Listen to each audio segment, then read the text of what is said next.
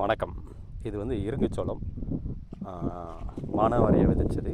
மானாவாரியாக விதைச்சி cursor காட்டு பூமியில் விளை வைக்கிறாரு. களை எடுக்கிறாங்க. இன்றைக்கி முழுவதும் களை எடுக்கிறாங்க. பார்த்தீங்கன்னா தெரியும்.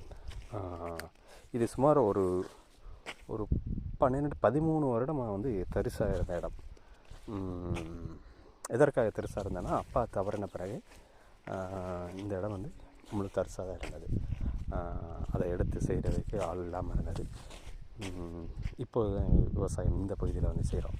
மரங்கள் நிறைய இருந்தது. மரங்களை பற்றி நம்ம ஏற்கனவே பார்த்துருப்போம்.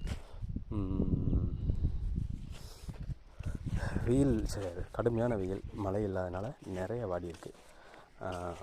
இதில் இடுபொருள் என்ன கொடுத்தோம்னா எதுவுமே கொடுக்கல. ஏன்னா நிறைய வருடம் தரிசாக இருந்ததுனால கீழே பார்த்தீங்கன்னா வேப்ப மரம் அறுத்துப்பட்டது. அதனுடைய மக்குகள் எப்படி இருக்குன்னு பாருங்கள். எதுக்காக இந்த இதில் வீடியோ எடுத்தேன்னா, பண்ணையோட இடத்தோட லொக்கேஷன் வந்து தெரியறதுக்காக. இனி ஒவ்வொரு காணொலியும் டைம் கிடச்சதுன்னா இந்த மாதிரி எந்த இடத்துலேருந்து லொக்கேஷன் லைவாகவே எடுத்து எப்படி அனுப்பிச்சிடன்னு பாருங்கள். ஓகே, நன்றி. இது வந்து ஒன்லி தீவனத்துக்காக மட்டும்தான் பயன்படுத்துகிறாங்க. பசுந்தீவனத்துக்காகவும் அதே மாதிரி விதைகளை வந்து உலர் தீவனமாகவும் பயன்படுத்துவாங்க. நன்றாக வளர்ந்துருக்கா அப்படின்னு கேட்டால் பரவாயில்லாமல் சொல்லலாம்.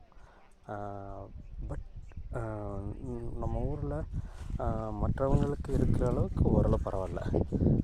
விவசாயத்தில் அதிக அனுபவம் இருந்து செயற்கை இடுபொருள் போட்டு பண்ணுற அளவுக்கு அந்தளவுக்கு பரவாயில்ல. காரணம் வந்து அப்பா வந்து நல்ல நிலத்தை வந்து பக்குவமாக வந்து வச்சுருப்பார். அந்த பக்குவமாக வச்சுருந்ததுனால தான் இது வந்து வந்திருக்கு. இது இன்னொரு காடை வந்து நம்ம ஏற்கனவே காமிச்சோம். அந்த காடை அந்தளவுக்கு பக்குவமாக வந்து இல்லை. அது ஒரு 10 வருடத்துக்கு முன்னாடி தான் வாங்கினது. அந்தளவுக்கு பக்குவமான நிலம் வந்து மண் வந்து கரெக்டாக பக்குவமாக வந்து இல்லை. ஓகே, நன்றி.